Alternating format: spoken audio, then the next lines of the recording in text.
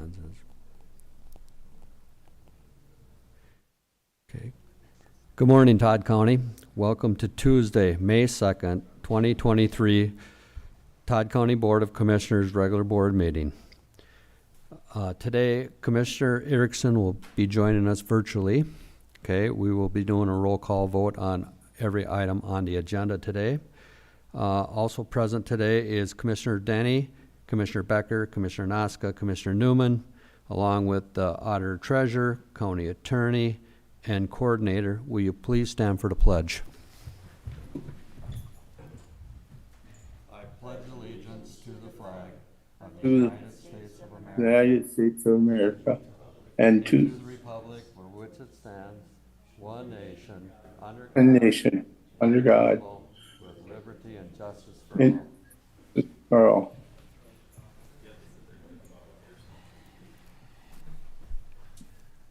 Good morning. Is there any additions to the agenda? I have 3 amendments to the agenda, Commissioner. I have 4.12, add eligibility worker, and I believe that is for Andrew LaPlante. And 4.13, add for an eligibility worker, that is Heather Ito. And then if we go down to the sheriff's 9.4, we'd like to also add for a 2023 federal patrol grant application. Okay. You've heard the additions. Is there a motion, please? So moved. Motion by Noska.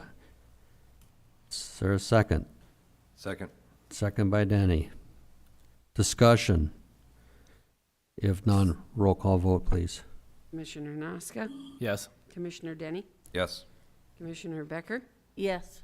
Commissioner Erickson, Yes, Commissioner Newman. Yes.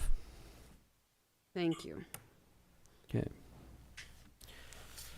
The potential consent items today: meeting minute approval for April 18th, 2023, gambling permit Big Lake Sportsman's Club, gambling permit Eagle Bend Area Development Corporation, gambling permit Holy Family School, approve hire Human Resource Manager Danelle Johnson, start date 5/2/2023, appoint eligibility worker Matthew Dubeck, start date to be determined, hire seasonal recreational assistant Eric Dahl, start date to be determined, hire seasonal recreational assistant Chad Hainby, start date to be determined, hire seasonal recreational assistant Nathan Benning, start date to be determined, hire seasonal recreational assistant Parker Duncan, start date to be determined, hire Jake Zelgert, solid waste part-time truck driver, start date to be determined, add eligibility worker to hire Andrew LaPlante, and I believe that is a start date to be determined as well, and hire eligibility worker Heather Ito with start date to be determined as well. Okay. You've heard the request. Is there a motion, please? So move. Motion by Denny. Is there a second? Second. Second by Noska. Discussion. If none, roll call vote, please. Commissioner Denny, Yes. Commissioner Noska, Yes. Commissioner Becker, Yes. Commissioner Erickson, yes, Commissioner Newman. Yes. Thank you.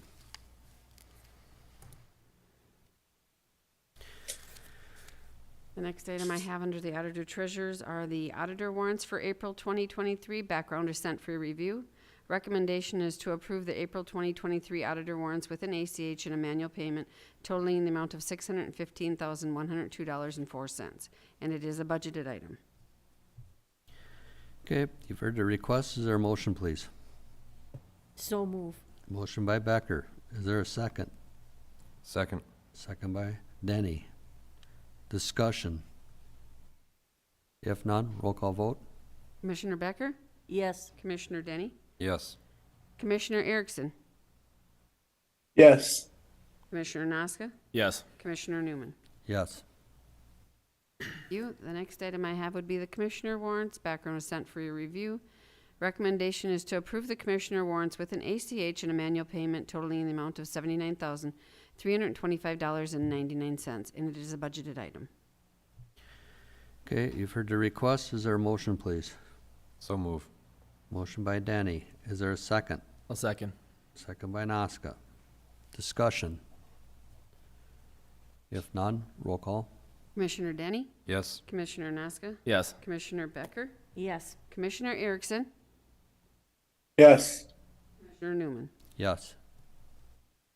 Thank you. The next item I have would be the Health and Human Service Commissioner warrants. Background is sent for your review. Recommendation is to approve the Health and Human Service Commissioner warrants with an ACH and a manual payment totaling in the amount of $50,813.25, and it is a budgeted item. Okay, you've heard the request. Is there a motion, please? So move. Motion by Danny. Is there a second? Second. Second by Becker. Discussion. If none, roll call vote. Commissioner Denny, Yes. Commissioner Becker, Yes. Commissioner Erickson, Yes. Commissioner Nazca, Yes. Commissioner Newman. Yes. The next item I have is the Health and Human Service SSIS warrants. Background is sent for review. Recommendation is to approve the Health and Human Service SSIS warrants with an ACH and a manual payment totaling in the amount of $91,178.87, and it is a budgeted item. Okay, you've heard the request. Is there a motion, please? So moved. Motion by Nazca. Is there a second? Second. Second by Danny. Discussion. If none, roll call vote, please. Commissioner Nazca, Yes. Commissioner Denny, Yes. Commissioner Becker, Yes. Commissioner Erickson, Yes. Commissioner Newman. Yes. Thank you. The next item I have would be the 2023 Memorial Day appropriations. Background is Todd County has included in the 2023 budget annual appropriations to aid in the observance of the Memorial Day within the parameters of the Minnesota Statute 375.34 and 375.35. Your options are to adopt the attached resolution or do not adopt the attached resolution, and it is the recommendation to adopt the attached resolution for the 2023 Memorial Day appropriations to organizations within Todd County. It is a vital budgeted item at a $1,200 expense in the general fund account. Okay, you've heard the request. Is there a motion, please? So move. Motion by Becker. Is there a second? Second. Second by Denny. Discussion. If none, roll call vote, please. Commissioner Becker, Yes. Commissioner Denny, Yep. Commissioner Erickson, Yes. Commissioner Nazca, Yes. Commissioner Newman. Yes. The next item I have is the 2023 Senior Citizen Center appropriations. The background is Todd County has included in the 2023 budget annual appropriations to senior citizen centers within its boundaries. Your options are to adopt the attached resolution or do not adopt the attached resolution, and it is the recommendation to adopt the attached resolution for the 2023 Senior Citizen Center appropriations to organizations within Todd County. This is a budgeted item at a $1,200 expense to the general revenue account. Okay, you've heard the request. Is there a motion? So moved. Motion by Nazca. Is there a second? Second. Second by Danny. Discussion. I only have one thing. I've said this all along. Osaka serves a lot of residents in Todd County, and I know it's in Douglas County, but it still serves a lot of people in Todd County. But that's just my beef. So, with that, roll call vote, please. Commissioner Nazca, Yes. Commissioner Denny, Yes. Commissioner Becker, Yes. Commissioner Erickson, Yes. and Commissioner Newman. Yes. The last item I have then today is the Todd County Trails Association request for Todd County to act as their fiscal agent for the years 2024 through 2028. The background, Todd County has acted as the fiscal agent for the Todd County area, or Todd Area Trails Association in 5-year appointment increments. The Trails Assistance Program requires that funds be distributed through a government entity. Todd Area Trails Association has submitted a request to the Todd County Auditor Treasurers to continue providing this fiscal support for the fiscal years 2024 through 2028. The options are to act as the fiscal agent or to do not act as the fiscal agent. It is the recommendation to approve the attached resolution for approval of the the Trails Assistance Program funding for fiscal years 2024 through 2028. Having Todd County be the fiscal agent. Okay, you've heard the request. Is there a motion, please? So moved. Oh, close. Becker, Second. Natska. Discussion. Could we somehow get a list of who's on this, on the Todd County Trails Association Board? Yeah. Sure, I would reach out to Bernie Mum. He's the gentleman that comes in with all the applications. Right, and I know Bernie personally, but it's like, we need to get the information that, who we're running the money through for. Okay. If I could get that, or we could We'll get do that. that. We will get you the list. Okay. Any further discussion? If none, roll call vote. Commissioner Becker? Yes. Commissioner Naska? Yes. Alphabetically. Commissioner Denny? Yes. Commissioner Erickson? Yes. Commissioner Newman? Yes. Thank you. All right. Next on the agenda, U.S. Fish and Wildlife Service. Come on up and introduce yourselves, please.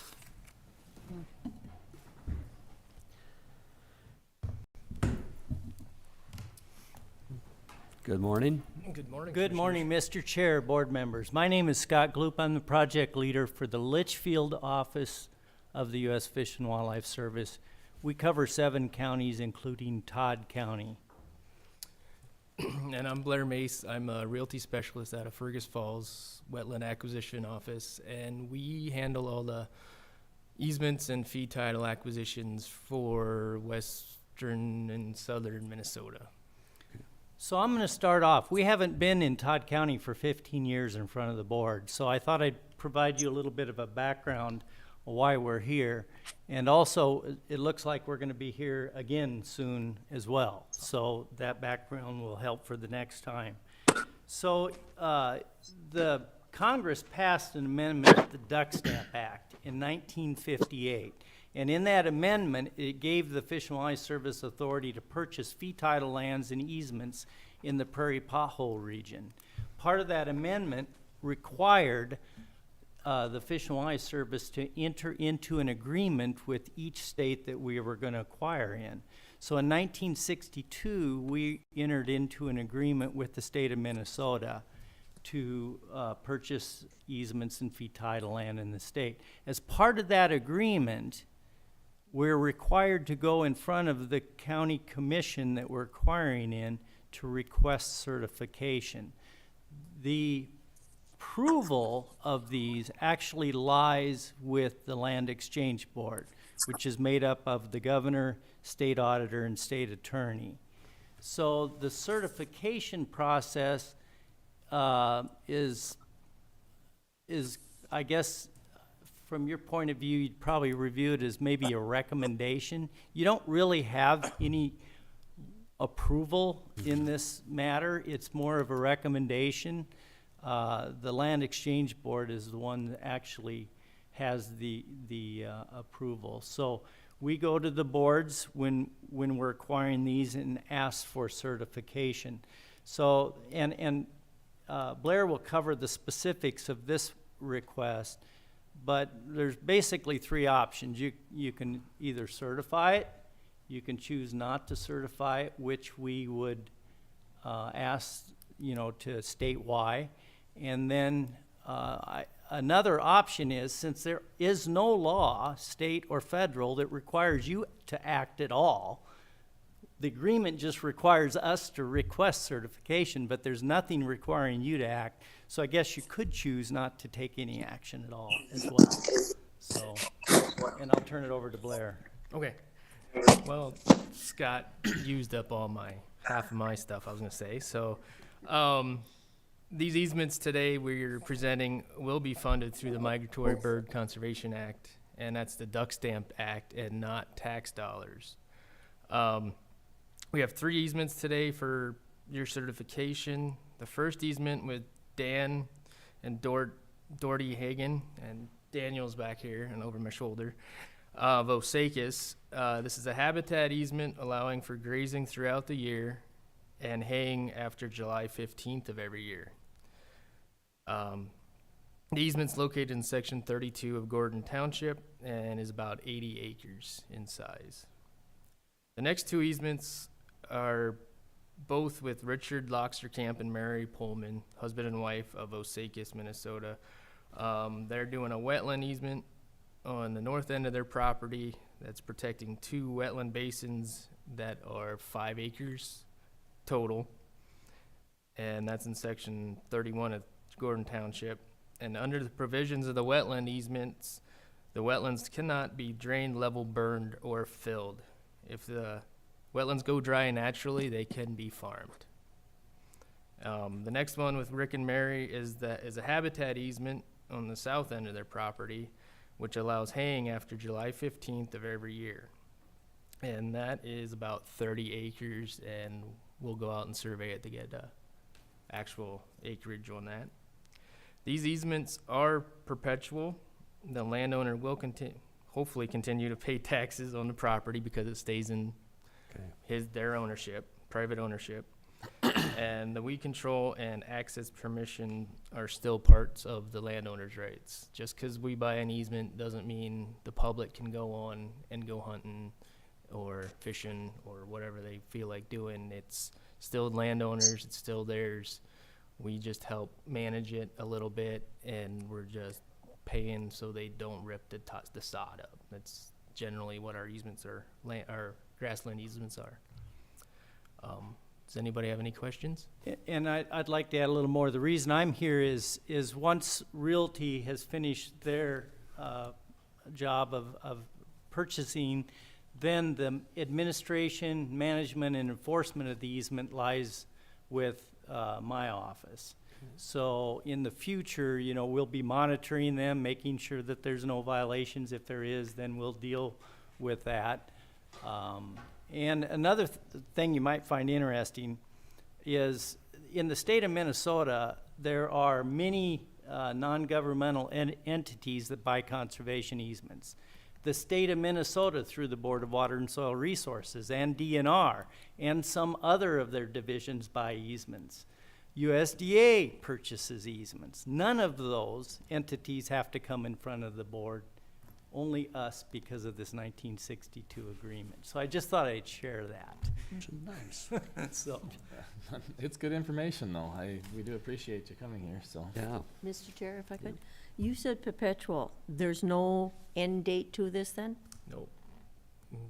Whereas they're forever, so. I like to say as long as there's a United States government, which I hope is forever. Okay. But And then the landowners will continue to own the land, like you said, and pay taxes on the land, and all you guys will do is maintain it. Yep. So, okay. we don't even maintain it. They're responsible. We just monitor it Okay. and deal with it if there's a violation that needs to be fixed. So thistles and stuff will have to be maintained by the landowner Yes. or you guys? The landowner. Okay. All right. Mr. Chair, if I could. So if someone's listening to this, how do they get hold of you if they want to become involved in the program? I can leave a card. Is it but through the forest? it's through the U.S. Fish and Wildlife Service. So there's multiple offices located in the state of Minnesota. Okay. Mine for Todd County, and just so you know, I get a lot of calls from Todd County, people interested in our program, but almost all of them are in the northern 2/3. Our program is designed to protect grassland and wetlands, prairie potholes for migratory birds, ducks, that kind of thing. So I turn down lots and lots of people that call from the northern part of the county because it's mostly wooded. It's not what we're looking for this particular program. So, you know, and we haven't had much interest in the southern part of the county for a number of years, but now it seems we're getting a little more, so. Okay. So just you know, you could Google U.S. Fish and Wildlife Service, look up the Litchfield office. I can leave a card with a number if anybody is. I think we appreciate that. Any other discussion? Denise, would you like to read the board action into record, please? Sure. I'm not running the computer today, so. Oh. I know, but I'm blind. I'm old. All right, so the resolution, is that what you would like, or the board action? The board action, All please. right, so the recommendation is that the Todd County Board of Commissioners approves the following by motion: to adopt the attached resolution for the certification of conservation easements for land within Todd County by the United States Department of Interior Fish and Wildlife Services. Okay, you've heard the request. Is there a motion? So move. Motion by Denny. Is there a second? Second. Second by Nazca. Discussion. If none, roll call vote, please. Commissioner Denny, Yes. Commissioner Nazca, Yes. Commissioner Becker, Yes. Commissioner Erickson, Yes. Commissioner Newman. Yes. Very good. Thank All right. you. Thank you. so much. I will, Mr. Chair, I will leave some signature pages over here. Yes, please, with the auditor treasurer Yeah. or the coordinator, either one, so.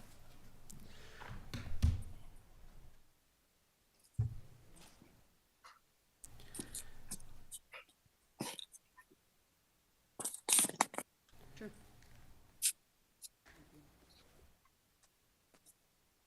So, Blair, is that right? Thank you so much. Thank you for joining us.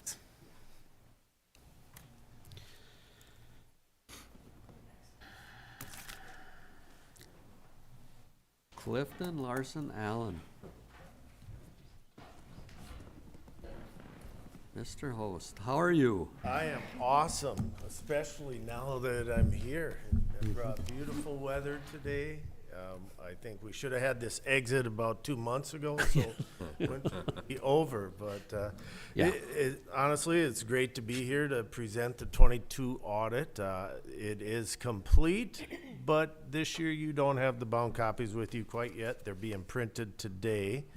But the audit is complete, and I know I've mentioned it in the past, but to our knowledge, you are the first county done each year. You are, thank you. Yeah, I know you are the first out of our 34 that we audit, but, and I know the state auditor's office, I don't think has any done yet, and there's a few other firms that, a couple, but no, that's a big deal, honestly, because for those that have ever gone through an audit, there's a lot of work that goes into it and a lot of time. And we're going to try to summarize briefly today. I am Doug Host. I'm the principal on your audit, and this is... I'm Elizabeth Mickelson. I've been with the firm 6 years, and I've been on the Todd County audit for the last 5. So. I'm not going to tell you how many years I've been on this audit, but it might give away my age. But in the past, we've gone through the little PowerPoint presentation to hit the highlights of the audit, and that's what we'll do today. So on page 2 is just the agenda. We kind of add a little intro already. The audit standards require us to communicate certain things to the board at the end of the audit. We'll touch on that. We'll summarize the results of our testing of internal controls for financial purposes and the single audit. The state auditor's office also requires us to test your compliance with various state statutes. We'll touch on the financial results for the county in 22 and just summarize it. So with that, on page 4, I mentioned the required communications, and you will be receiving a 4-page letter, and it's very boilerplate, and I'm just going to hit the high points right here, but you will get a stapled copy of that letter. But you know, when we do an audit, what's our primary objective? And that objective is to issue an opinion on your financial statements. We issued an unmodified opinion, which also known as a clean opinion. It's the best opinion we can give, and it means your financial statements are materially correct as presented. What the standards also require is if we have difficulties in performing the audit, we're required to communicate that to the board. And if we have disagreements with management when we're doing the audit, we're required to communicate that to you. Well, the letter and here today, we're here to say there were none of those difficulties or disagreements, and honestly, quite to the contrary. And we put in a little request to your staff this year. We asked, hey, how would you feel about moving our field work up a week or so? And your staff rose to the challenge, even through some temporary staffing shortages and stuff.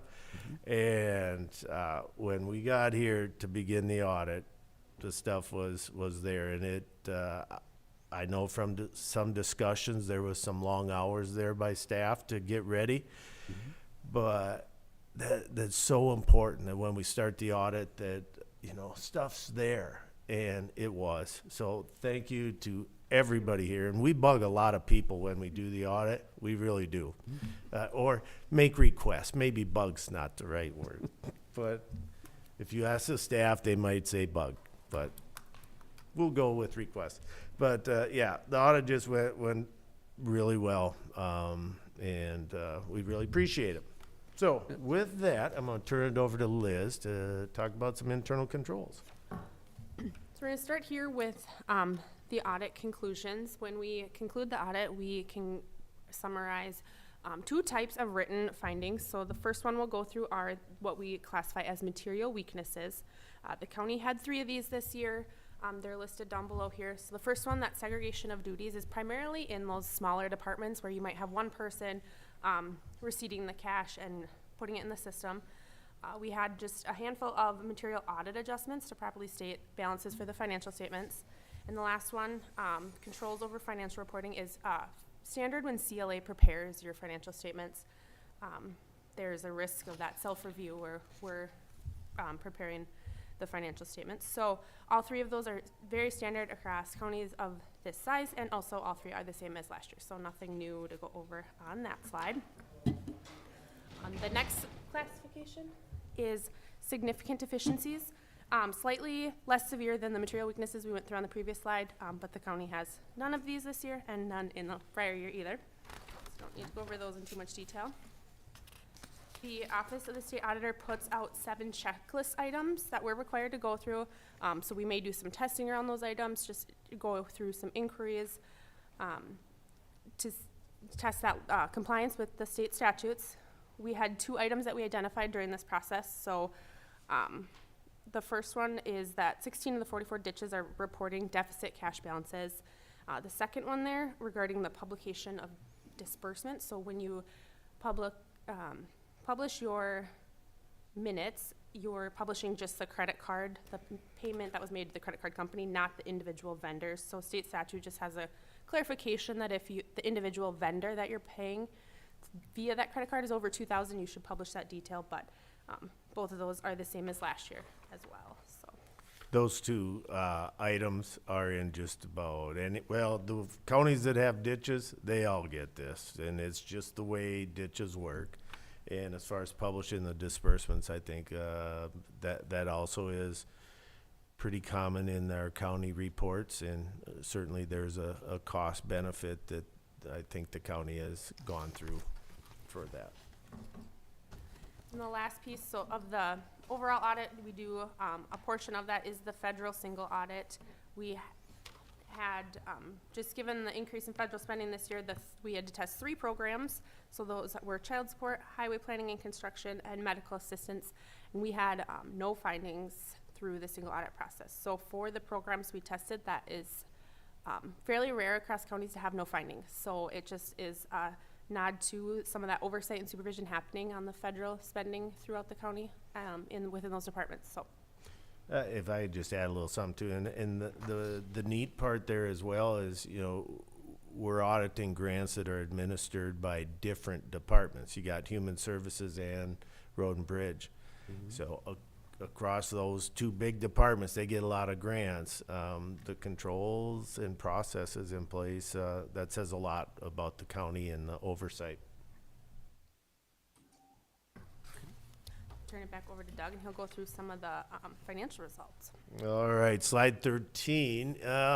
We've included this slide for a few years, and fund balance is always a key financial statement component, and this chart shows the number of months of expenditures you have in the governmental funds. It excludes the solid waste fund, and the state auditor's office and various national organizations recommend that you have a minimum of 5 months of reserves built up. And at the end of 22, you had about 8.5 months, so you are above that recommended minimum. I wouldn't say it's excessive by any means. It's just this demonstrates financial stability for the county. And another way to look at your reserves or fund balances is the state auditor's office recommends you have no less than 35 to 50% of operating revenues. And this isn't in the chart, it's just on the bullet point there, but you fluctuated between 40 and 65% over the last 5 years, and this year you're at 65, last year at 62. The county's received a lot of additional funding over the last couple of years. It started with the CARES money and now ARPA money. And that's got a big impact on these last 2 years for sure. So all in all, healthy fund balance levels. On page 14, we look at where the governmental funds, again, we have a slide later on solid waste, but where does the county get its revenues from? Taxes and intergovernmental continue to be the largest areas of revenues. Taxes, at the beginning of the audit, we had a planning call. I believe the levy was increased. So when we do our testing, we expect tax revenues to go up, and we compare it to the levy, and that testing all matched up. The intergovernmental revenues, that's the highway user tax, state grants, federal grants, that was up about 2.2 million. The biggest chunk of that was in the highway user tax, again in road and bridge, and we'll see on the next slide that the expenditures went up too for that. But all in all, we had about a $4.1 million increase in total revenues for the governmental funds. On the expenditure side, on page 15, two things I'd like to point out. And, we audit a lot of counties, and the human services row, yes, it was up about 600 or about 550,000 during the year. But look back at what the expenditures were in human services back in 2018. They were 9.7, so you're at about almost, not quite $1 million less 5 years later. And, that's kind of unusual. And I know back in 18 there was a super big spike in out-of-home placement costs, and overall I believe those are dropping, and I think that accounts for part of it. But yeah, that's one thing to see 5 years later in human services, that the expenses are less than they were 5 years ago. The other point I mentioned was highways and streets. That was up about 2.2 million and just more projects in 22. So all in all, the expenditures were up 3.5 million. Now we'll focus in on the individual funds. The general fund for the year, revenues were up about 1.5 million. Expenditures were up about 800,000. So your general fund balance level is definitely strong. The number of months that the general fund itself has is about 13.5, very strong levels there. The Public Works Fund, I mentioned road and bridge, Public Works, road and bridge, kind of same thing. But, this fund, depending upon the funding sources, is kind of like a roller coaster. It can be. But revenues and expenditures were up this year because of more projects. For all 5 years that we show in the chart, the revenues have exceeded expenditures, and the reserves, it has just shy of 5 months of reserves. So it's a little bit below the OSA's recommended minimum of no less than 5 months, but still, it's awfully close. And One thing that we did change this year in the financial statements for Public Works is they used to have a line item called inventory where it's cutting edges and culverts and tires, sand, salt, those kinds of things. They're still on the financial. So when you're reading your financial statements, you know, cover to cover and comparing them to prior year, you won't see inventory on there, but you will see an increase in the account called prepaids. All it did was get reclassified there. That's all. Social Services Fund, revenues have exceeded expenditures for each of the last 4 years. Its reserves come in at about 6.5 months, and of expenditures, the last 3 years have been basically very consistent at between 6 and 6.5 months. So again, that demonstrates financial stability as it relates to that fund. Page 19, the Community Health Fund. Current year, the revenues exceeded expenditures by about a little over 500,000, and the total revenues were up 340,000 over 21, and the expenditures were up about 114,000. Like I mentioned with the Social Services Fund, this fund's expenditures are also less than back in 2018. Has about 8.5 months of reserves. So again, that fund is healthy. Page 20, the Solid Waste Fund gets its time as well. The revenues were up about 448,000. And really, we're seeing that across a lot of counties. Just the activity at the solid waste operations has been increasing. May coincide a little bit with some increased rates. The expense side also was up about 554,000 as well. Its reserves, just a little bit shy of 7.5 months. So that fund's pretty solid too. So overall, financially, I'd say the county had a great year in 22. The general fund's fund balance is solid. The Public Works is about this much below. Nothing to be alarmed at this point. Community Health and Social Services are strong. Solid Waste has reported increases in the net position for, I think it was all the years we presented, but that one's solid. So overall, just a reminder, Liz mentioned about segregation of duties, and we're just required to communicate that to you. And it's not uncommon for counties your size to have that required communication. Just always keep it in mind. GASB 87 stands for Governmental Accounting Standards Board number 87. Regarding leases, we had to implement some new standards and reporting for that this year. There's some counties that have over 200 of these leases that need special treatment in accounting. Thank you for not having 200 leases, because you know, I know this accounting stuff is fun and all, but dealing with 200 leases is not fun. So you had a nice manageable amount that we worked with. The county staff pulled a bunch of info together and we got hammered out. Next year, there's a new standard, number 96, and it's for subscription-based software agreements. And this will be a lot of work for county staff in the future. And it's going to be more intense than the GASB 87 was. So when there's nothing going on this summer, you know, let's get together and start talking about subscription-based software agreements. But with all that, again, audit went great. You're financially stable, and we got time for questions if there are any.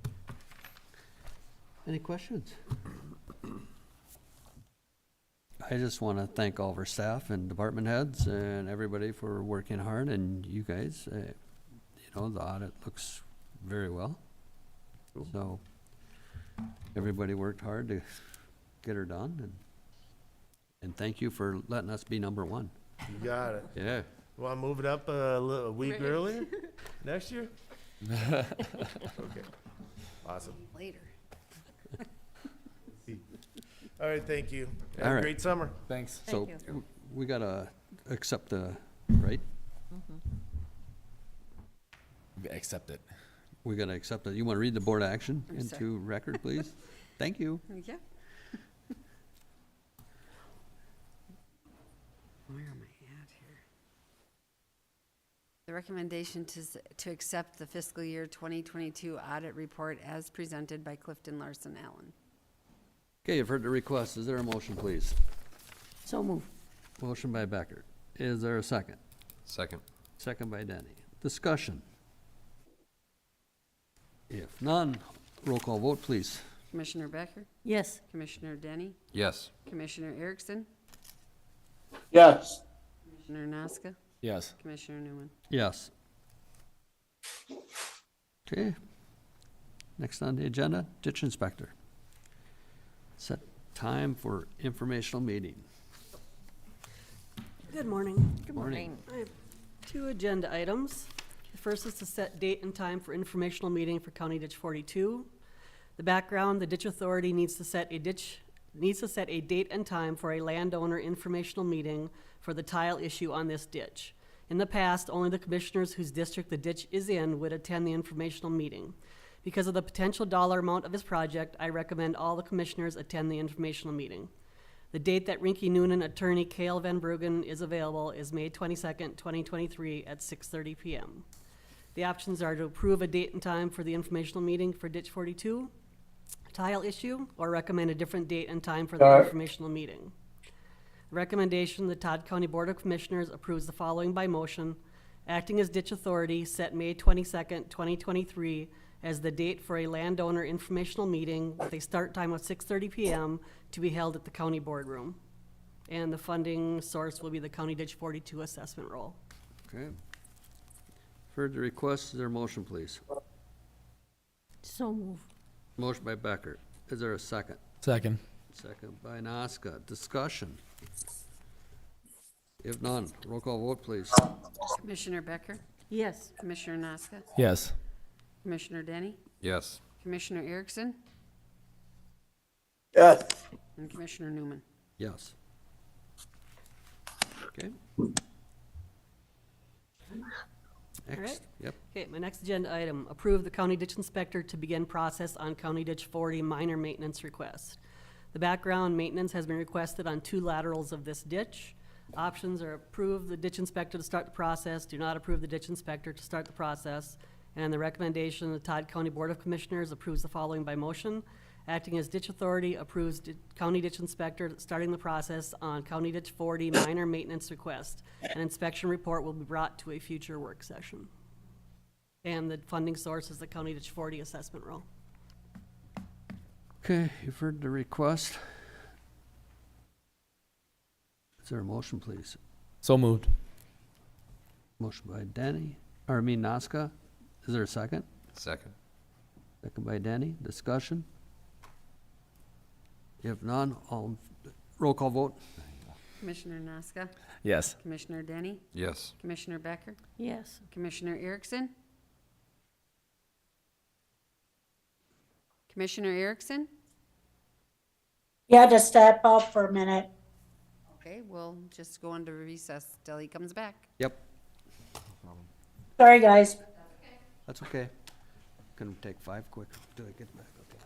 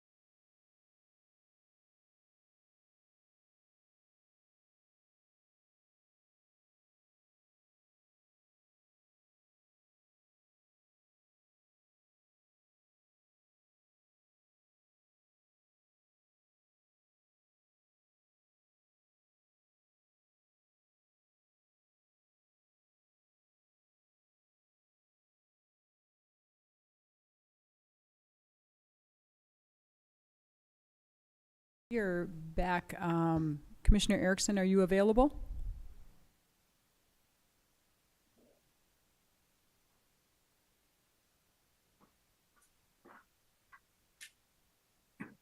Not yet. Thank you.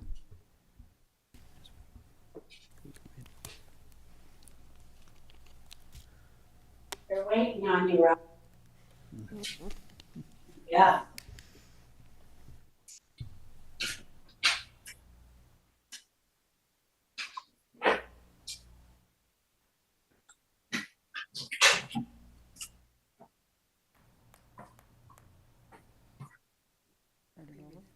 Yeah, I'll just reread the action. Tell them you're back. I'm back. Yes. Okay, Rod, I'm gonna reread the board action. It's a recommendation acting Okay. acting as ditch authority to approve CDI starting process on CD 40 minor maintenance request. An inspection report will be brought to a future work session. And currently, we had Naska and Denny, Maska making the motion, Denny making the second. And so I'm gonna proceed with the roll call, if you're okay with that. Yep. Okay, so Naska, Yes. Denny, Yes. Becker, Yes. Commissioner Erickson, Yes. and Commissioner Newman. Yes. All right, thank All right. you. Great. Thank you, Nancy. Thank you. Sheriff. Good morning. Good morning. Morning.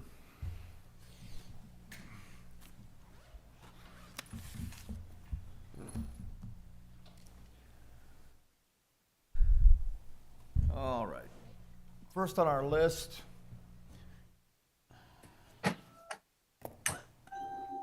Supervisor of Dispatch Sarah Booker was asked to attend a conference in Virginia, and per policy, since it's out-of-state travel, we talked with the commissioners about approving that I gotta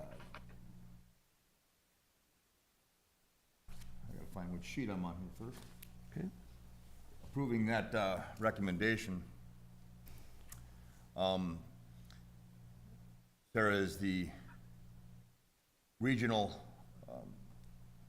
vice chair and the state chair on the committees to this, and so they requested her attend this conference. So Sarah will be attending the APCO 911 Staffing Crisis Summit in Virginia from May 16th through 19th. Center Region, which we're part of, will be reimbursing all associated costs with the conference, including airfare, hotel, registration, and meals. So the options are to approve that out-of-state travel for Sarah Booker, not to approve it, and the recommendation is to approve that travel request. Okay, you've heard the request. Is there a motion, please? So moved. Motion by Naska. Is there a second? Second. Second by Becker. Discussion. If I read this right, will be reimbursed? Correct. The central, that central board will be reimbursing the county for all expenses. Thank you. All right, any further discussion? If none, roll call vote. Commissioner Naska, Yes. Commissioner Becker, Yes. Commissioner Denny, Yes. Commissioner Erickson, Yes. and Commissioner Newman. Yes. All right, the next one is to accept the 2023 State Boat and Water Safety Grant of the amount of $7,266. We applied for this grant. It's a yearly grant that we apply for and typically receive. And so the request is to approve that, receiving that grant. Options are to approve the 2023 grant or do not approve, and our recommendation is to approve the 2023 State Boat and Water Safety Grant for the amount of $7,266. Okay, you've heard the request. Is there a motion, please? So move. Motion by Denny. Is there a second? Second. Second by Naska. Discussion. If none, roll call vote. Commissioner Denny, Yes. Commissioner Nazca, Yes. Commissioner Becker, Yes. Commissioner Erickson, Yes. Commissioner Newman. Yes. Do we wanna do the next one is also a boat and water grant, the one we added? If we could add that one next. This one is a federal grant. We applied for it and we received. Actually, we have to do 9.3. 923 first? Okay. The And that's the new one that's shown? microwave- New microwave radio link. Okay. Our dispatch center is connected to the Armor radio system via a microwave link, from the Justice Center to MnDOT's Armor Tower. Okay? There's one connection, that is in place, and if that connection goes down, it disrupts, or we're not able to talk from dispatch to any of the radios out in the field for ambulance or fire or law enforcement. We requested and received a vote from Granite Electronics, and that quote is $50,975.85. To add one more additional backup radio wave link. These funds are available through 911 fund expenditures, so it would be no cost other than what's used for our 911 repairs and expenditures. We put this on as a board action. It may be a work session conversation first, but our request would be to have the board approve the $50,975.85 with the eligible 911 funds for the expenditure to add that additional radio link. So our options are to accept that quote from Granite Electronics for that amount, or to not accept. And our recommendation would be to accept that. Can I ask a question, Mike? Yep. Mike, Yes. when do you plan on putting this, and I ask that because of the roofing project that's gonna be going on at the Justice Building? How does that correlate with that Yep, roofing project? after the approval from the board, we would contact them and we would schedule that out, working certainly around that. That project would probably go through, I think it was September they were talking about that. So we Yes. could go either before or after. This would be for our purposes, a quick link before or after that Okay, process. it would have nothing, That wouldn't be in our way and we wouldn't be in theirs. okay, thank you. You're welcome. All right. All right, you've heard the request. Is there a motion? So moved. Motion by Denny. Is there a second? Second. Second by Becker. Discussion. If none, roll call vote, please. Commissioner Denny, Yes. Commissioner Becker, Yes. Commissioner Erickson, Yes. Commissioner Nazca, Yes. Commissioner Newman. Yes. All right. Okay, and this is the federal portion of our boat and water grant. Our office received a federal 2023 federal patrol grant for the amount of $3,500. The grant was awarded to the sheriff's office and will supplement the cost of our state boat and water patrol grant. So the options are to approve the federal grant or not approve the federal grant, and our recommendation would be to approve that federal grant for the amount of $3,500. Okay. You've heard the request. Is there a motion? So moved. Motion by Nazca. Is there a second? Second. Second by Denny. Discussion. If none, roll call vote, please. Commissioner Nazca, Yes. Commissioner Denny, Yes. Commissioner Becker, Yes. Commissioner Erickson, Yes. Commissioner Newman. Yes. And that grant will need a signature from the board chair, so Okay. we'll have that afterwards. All righty. All right, thank you. Thank you. Thank you. With the board packet. Solid waste.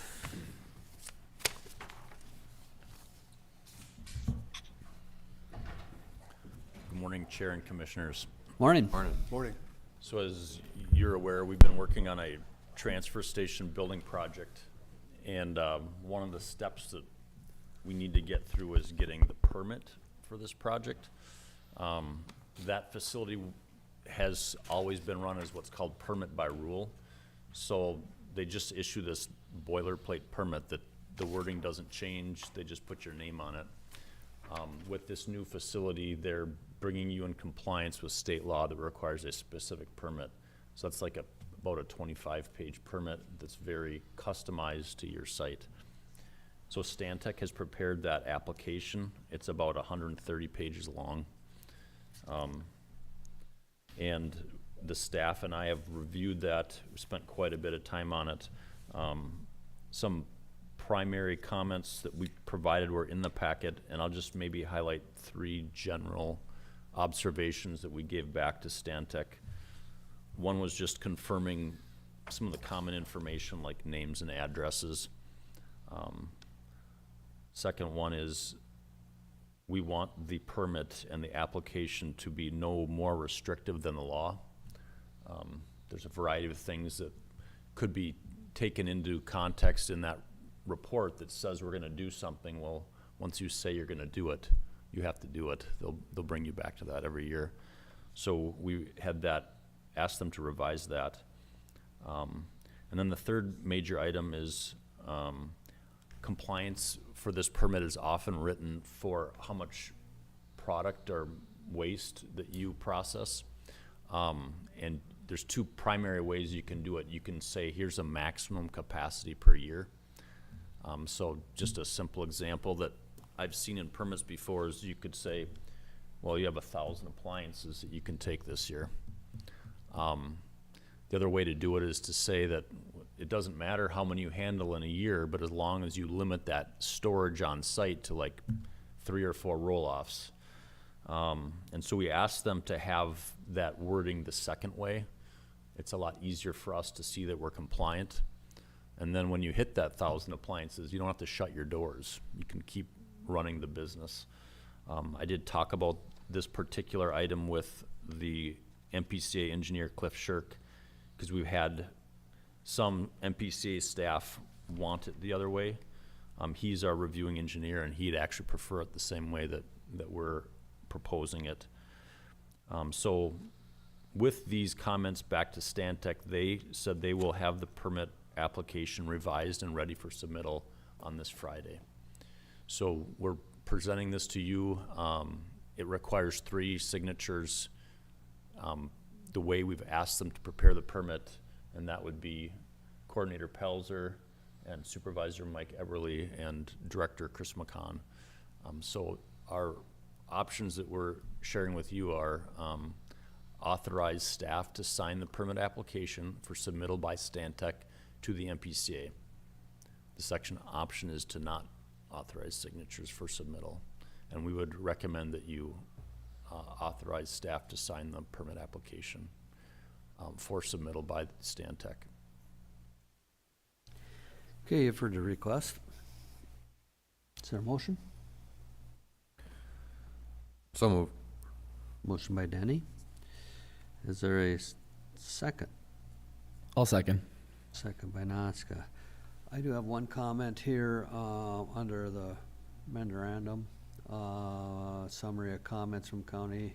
It says Crow Wing County is the current HHW program manager. Is that right? That's correct. Really? Yep. That's been for, as I understand, a very long time. Yep. Doug Morris was the director at Crow Wing County, and he was a regional leader in solid waste. And so Learned something new today. Okay. Any other discussion? If none, roll call vote, please. Commissioner Denny? Yes. Commissioner Naska? Yes. Commissioner Becker? Yes. Commissioner Erickson? Yes. Commissioner Newman? Yes. All right, thank you. thank you.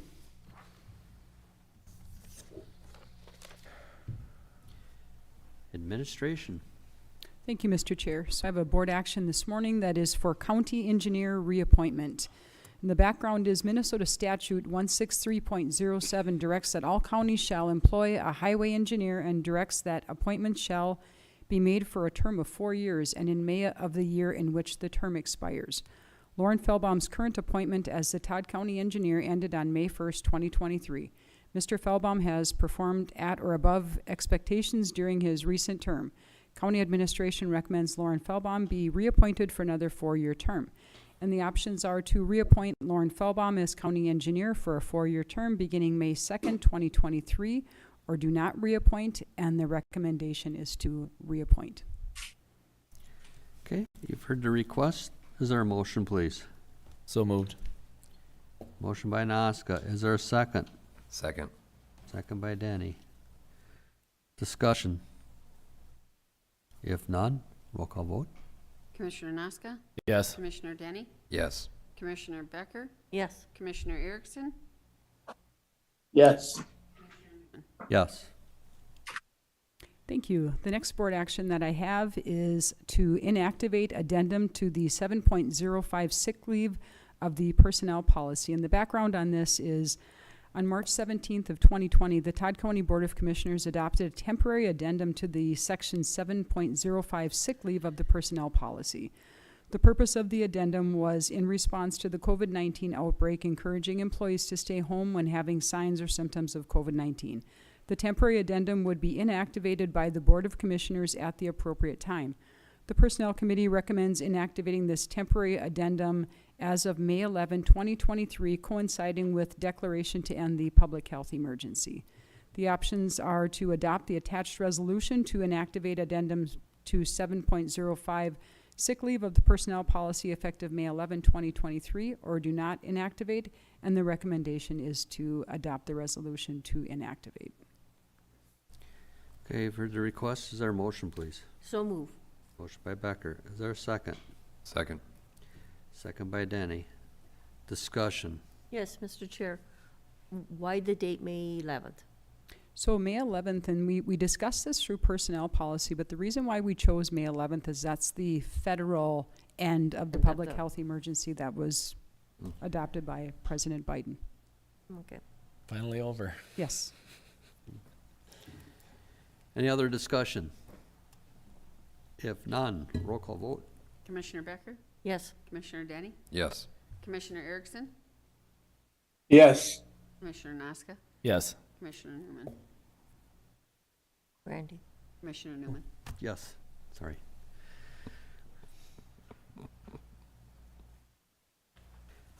All right, thank you. Standing reports, auditor treasurer. I have 2 items. The ads went in the paper for both the Sauk River Watershed Manager. Applications are due by May 10th in my office, and then also for property taxes that are due May 15th. That's all I have. Okay, county attorney in here. Commissioners. Commissioner Nazca. All right, sounds good. So I guess my report for them, since the last one wasn't quite as quite as many meetings as prior, but Barb and I attended that solar informational meeting at Ward Township Hall, and we reviewed some ordinance, and we're gonna go through some of that at the work session here today, so that'll all get brought up. But we had TRICAP had the annual banquet on the 20th of April, and met with the Housing and Redevelopment Authority, just normal business as usual. So that's about all I have. Okay. Commissioner Denny? Nothing real exciting. The only thing that was good was yesterday at the Minnesota Rural Caucus meeting from the Zoom link, and it was 10 a.m. to 1 p.m. and it was full of good discussion. But I can give more detail next month on it when I collect my thoughts better on it. But Mr. Becker? Yes, attended, like Lou said, the Ward Township solar meeting.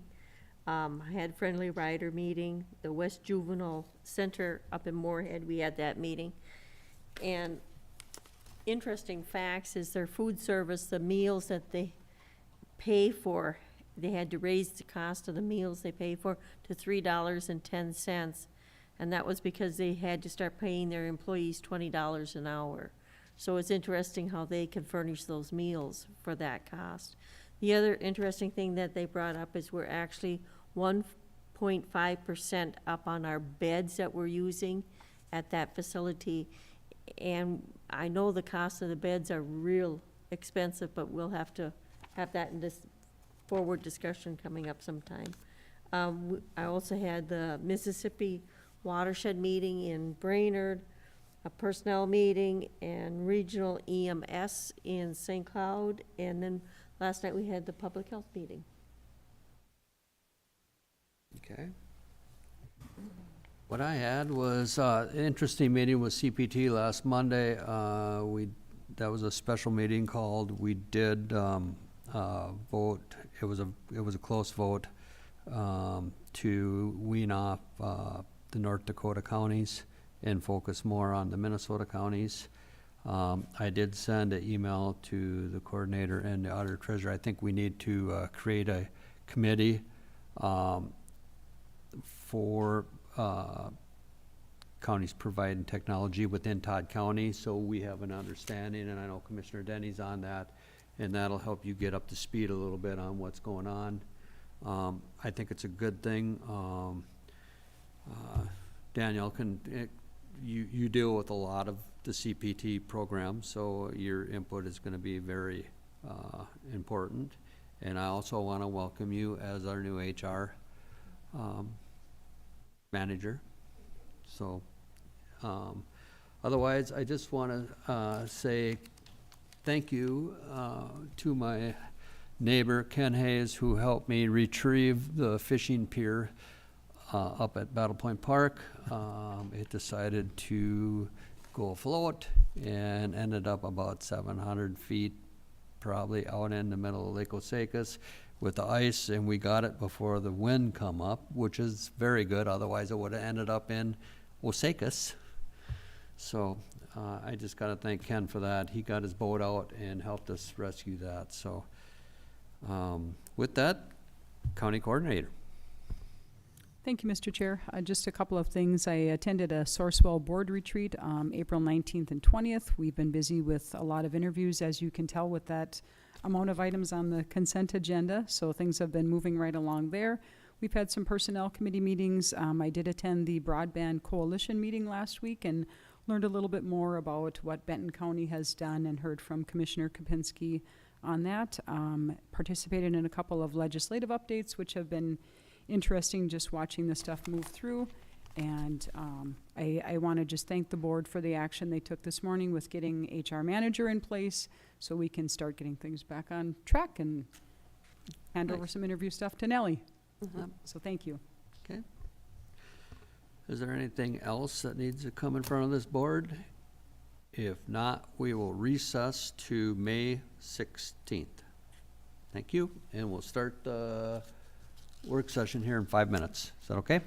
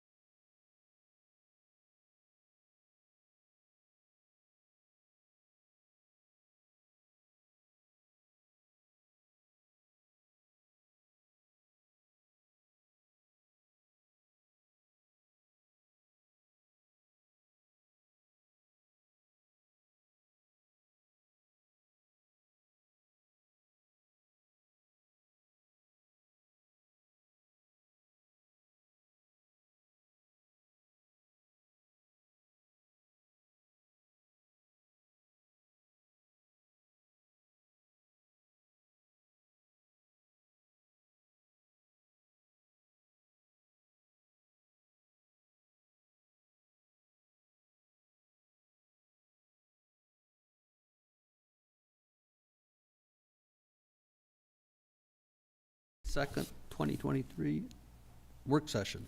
So, today we have with us Lauren, Public Works. Well, first of all, I just wanted to personally say thank you for the recent vote of confidence and the opportunity to serve for another 4 years. So thank you very, very much. I appreciate that. With that, we'll jump right into what I have here. It's the replacement Bridge 77501. And if we go into the next, just a little background on this structure. So this bridge is located on County Road 16, just northeast of the city of Browerville in Todd County. The bridge is a crossing of Turtle Creek with an actual drainage area of 45 square miles. It reaches all the way down to the southeast portion of Long Prairie. It's a very big drainage area. A lot of water goes through this structure. The bridge was constructed in 1960 and basically made of timber from both the piles to the abutment to the actual span of the bridge. It is on a county state aid highway, but on the lower volume side of our state aid highways with about 240 cars per day. So if we move to the next slide, please, Denise. The bridge is, like I said, about mid 60 years old, obviously made of timber, but it's starting to get a little aged. And as we inspect it on a yearly basis through the NBI, the National Bridge Inventory, we give it a rating of 4. 10 being a great structure, 1 being, the bridge is in deep trouble. When a timber bridge gets to a NBI rating of 4, most highway departments get to the point of it's no longer feasible to fix it or reconstruct it in the current place, but basically you need to look for replacement of the structure. So if you look at the members that we're looking at, the timber slab, the timber abutment, and the timber pile, you're going to see that basically common word, minor checking and cracking. If the NBI rating goes down to a 3, I said, and now it's at a 4, going on 3, then it gets to the major category. So we know that this timber structure is just getting old, getting tired, and is definite need of replacement. It doesn't mean it's going to fall in today or tomorrow, but we know that in the next number of years, it's really going to get to the point of being concerning. So that's why we're coming here today to talk about what is the future and what we're recommending for this structure. If we go to the next slide, included in with the structure, it being old and of concern of structural stability, to the east of the structure, Turtle Creek frequently floods because of the low elevation of the roadway. And you can see here a number of pictures here, kind of in the area here, and I'll stand up and point to this structure right here. The water flows through there, and this area where the bridge is, just east of there, this low area, the river, Turtle Creek, is right adjacent to the road. And as that water comes up, it floods the road. You can see in this picture here. And when we do flood, we're forced to put up a detour, and it's quite a length around. It takes people a long time to get around, and most of the time they choose not to. We prefer that they would go the detour, but they choose not to, and it creates somewhat of a concern for us. This is a picture, April 13th, you can see there, of the recent flooding this spring. In my tenure, I'd say this is probably the worst it's ever been. It was a bad year. Last year was rough too. Yep. Maybe it's common, maybe it's consistent, but this year I just felt it was a little icebergs higher. floating in there last year. Oh, this is pretty deep this year. Yeah, we did measure it, but it's just my opinion. Yeah. But it probably lasted about a week or so that the water was up, and kind of a concern for us. So if we move to the next slide, when we look at the future of replacing this structure, there's 3 major design issues that add some really complexity to this replacement. The main thing is that we know by some old soil borings that were done in 2005 that there isn't a lot of good ground, dirt underneath to build a bridge on or a road. We know that for a fact in some areas there's at least 50 feet of peat or muck underneath there to build stuff on. And when you're talking about bridges, you don't really want to build a bridge or float a culvert on peat, nor do you really want to build a road on that. Included in that, when we know that since the road is lower and when the water comes up it floods, we know we're going to have to raise the grade of the road or the elevation of the road to accommodate the water coming up. And when we talk about that, when we raise the grade up on this existing bad peat, it's going to keep pushing down. So there's some methods we have to look at to accommodate that, so when we do build the road up, it doesn't continue to sink because of the additional weight of the dirt. Also included in that complexity, as we raise the road up, imagine this, the road's going up, our slopes have to continue to go out to make it safe. If we move the slopes out to the north, guess what we fill in? Unfortunately, we fill in the river. We haven't talked to the DNR about this, but I'm guessing us filling in the river is probably not going to be really high on their priority list. Therefore, we'll have to work with them to mitigate and deal with the permit process to make sure that we do it according to what they require for their permit process. So if we go to the next slide, currently we have this bridge set in our 5-year plan, proposed for 2025, a replacement in our 5-year plan. As of right now, we think we're right around, I think is 1.2, 1.3 million, somewhere in there. This is a really, really rough cost. Is that the whole project, including The whole mitigation? project. Including- Possibly. Okay. That's just curious. I could be easily a couple $100,000 off. And there may be some reasoning because of the slopes that they give it to you for nothing, the mitigation, because of the safety issue.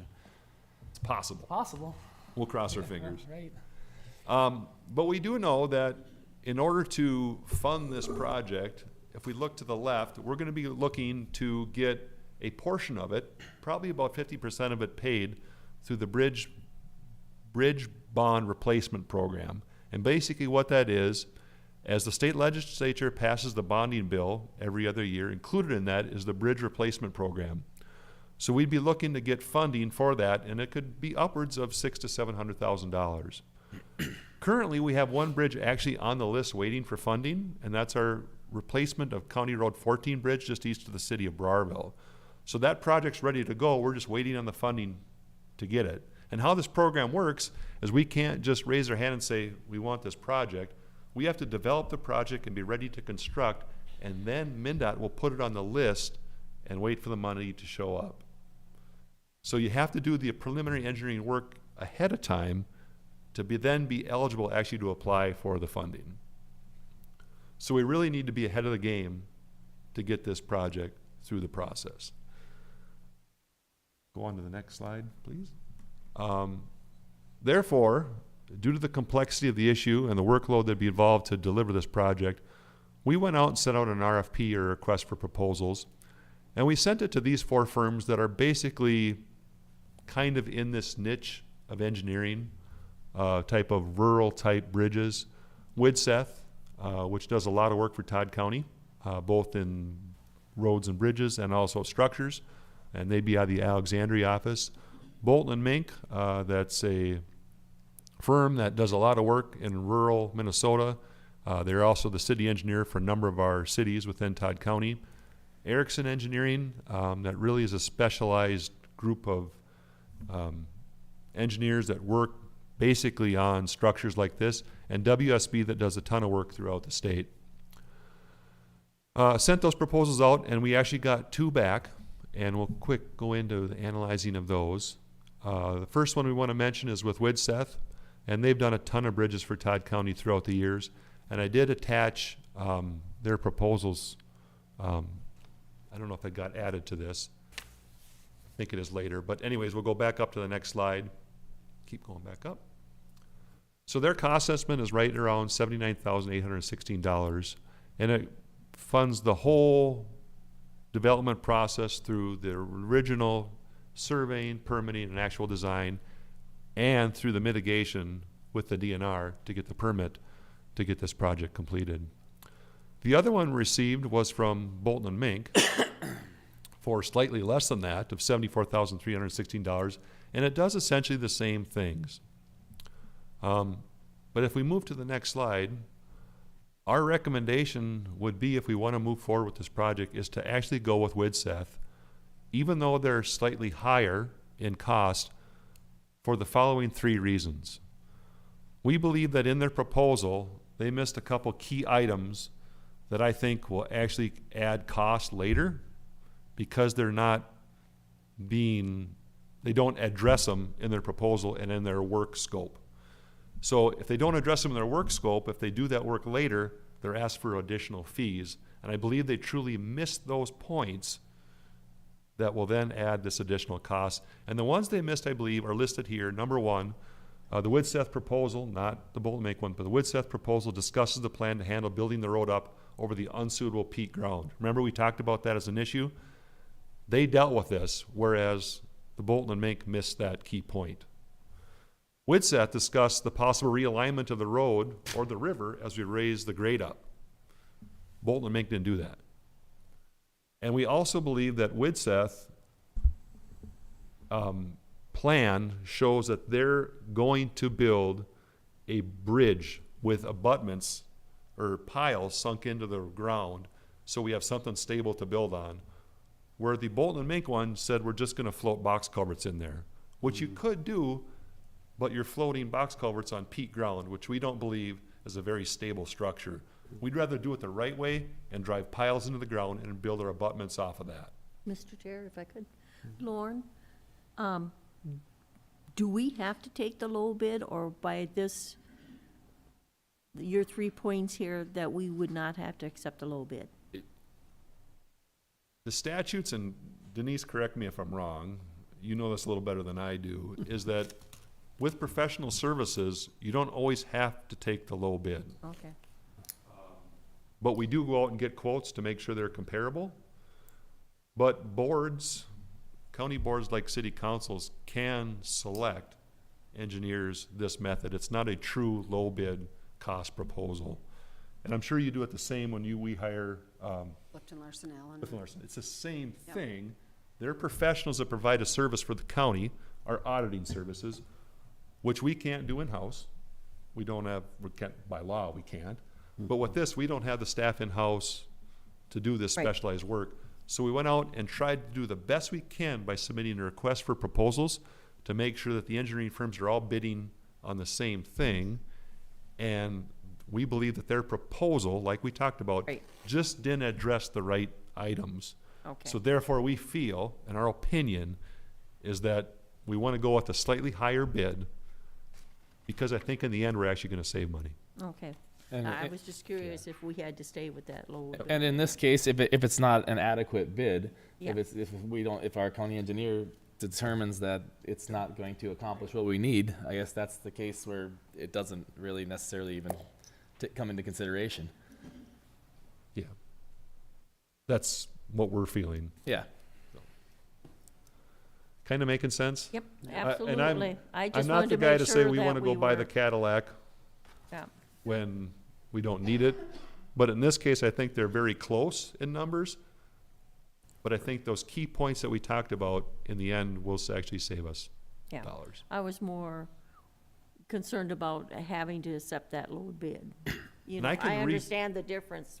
I can redouble 100%, check and I but- can reach out to Denise and we can look at that if you don't mind. I think to we get- can, but I think we've looked it up last year already, and professional services are excluded from. From yes. accept low bid. Okay, But I'm glad you asked that question. That's a very good question. Thank you. you know. So with that, I prepared, if you want to go back, I do have a board action. That's on there, and apologize, it's a little grainy there, but I would like to bring this to the board at the next meeting. If acceptable, we'll go out and request an engineering agreement be prepared with Widseth. And then I'll bring this board action to the board for consideration at the next meeting. May 16th. Yep. With that, just a quick, going to the next slide. So the plan moving forward, if we would go with that, would basically have the deliverable from Widseth, which is a complete set of plans and permits to us by about May 18th, 2024. So it'll take about a year for them to deliver this complexity of an issue. At that point in time, once we have those plans, we'll submit it to MnDOT and we'll get on the so-called waiting list. And hopefully in a number of years, there'll be enough bridge bonding money out there that we can proceed with the construction of the bridge. Questions, concerns? Yeah, Lauren, just by looking at the pictures, how high are they raising this road? I mean, it looks, compared to what it is when you see it Well, today. as I drove compared it out to- this year, I actually drove through it and stopped and kind of looked, and Yeah. I'd say there was at least a foot to a foot and a half of water. So to make sure we're covered, so to Right. speak, I'd raise it at least 2 feet above that, so 3 to 4 feet. Which means if you go up 4 feet at a 3-to-1 slope, not to get too engineer-like out there, but we'd be pushing that slope of the road out in the river probably 12 feet. 3 times 4 is 12 feet. So obviously the DNR is gonna be a little concerned about that. Yeah. But I'd say at least 3 Especially the to 4 north feet side of the higher. road, yeah. Now, Lauren, is there any talk of additional, say, overflow structure through that road as it goes? Because we all know that it gets that high, but is there any way to let that water pass through under that road further down? I know not the bridge, but further to the east. There is, and that's a whole nother part of the river You're there, right. and we will look at that. Yeah, because it might be a good location to put something to at least let the water get from one side to the other instead of embanking it on the back Well, side. this structure will be designed to meet the 100-year design. Okay.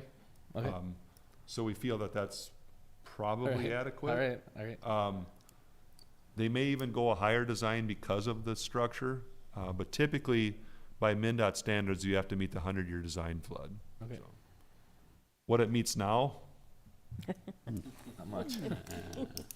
design flood, I don't know. Seems, yeah, every year or every Every other it year, goes it over. seems to flood Yeah. over. So obviously, we want to make sure that when we do design it, we Yeah.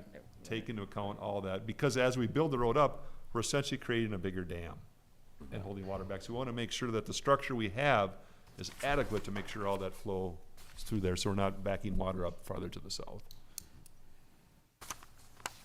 It's a complex project, and that's why it really hasn't been done in a Right. number of years, because it is hard. Yep. It's not easy. But we feel that this is the point in time in our system that we can move forward and get this problem fixed. All right. Any other discussion, questions? No. No? All right, We'll see you the 16th. we'll see you in 2 weeks then. Thanks, Lauren. Thank you. Thank you. Boardroom technology. Lisa. Good morning, everybody. Good morning. What I'm bringing you today is just some discussion about the boardroom technology. This did go through the ARPA committee. I think it was the facilities one, and it was number 2 on the priority list. The reason I'm bringing it to you, lately we've been having some inconsistent equipment where it's not always working correctly, and we're having to reboot and do a lot of troubleshooting with it to get everything to work. We have went out and got 3 different quotes from 3 different companies. And some of maybe I'll just go over some of the cons of what we currently have, and then some of the pros of what this updated technology will do. Like I said, right now, it's pretty inconsistent with some of the technology. I actually think we have a piece of equipment in there that came from Main Street Government Center when the boardroom was down there. So some of that technology is quite old. During the board meetings and other meetings, MIS staff start and stop the streaming and the recording. So I have staff that are constantly always having to monitor the boardroom, the board meeting, to make sure that there's no breaks that we don't know about, to make sure that streaming gets stopped. So with the new equipment, there'll be a panel over there or wherever we're gonna put it where anybody from in here can stop that streaming, can stop that recording if we have unexpected breaks that we're not thinking of. We're also waiting on a call when the board meeting is over to make sure that streaming is stopped. Because we'd hate to have something stream and people are talking afterward. And then if we can control it from up here, we know it's stopped. And then they're not waiting on MIS staff to make sure that we're stopped on our end. And that takes up a lot of my staff's time on board days because we're constantly having to monitor different things going on. A couple other things is there'll be wireless mics throughout so we can rearrange this room better. So we're not having cables everywhere. There'll be 8 wireless mics. So just the room in itself can be arranged differently and I think more efficiently. And then you'll actually be able to hear when you have those meetings that need a microphone. There'll also be a recording feature and microphones in your small commissioner room. So you can record. It's a totally separate recording. So on those meetings that you need to record in there, totally separate, can be done from inside that room.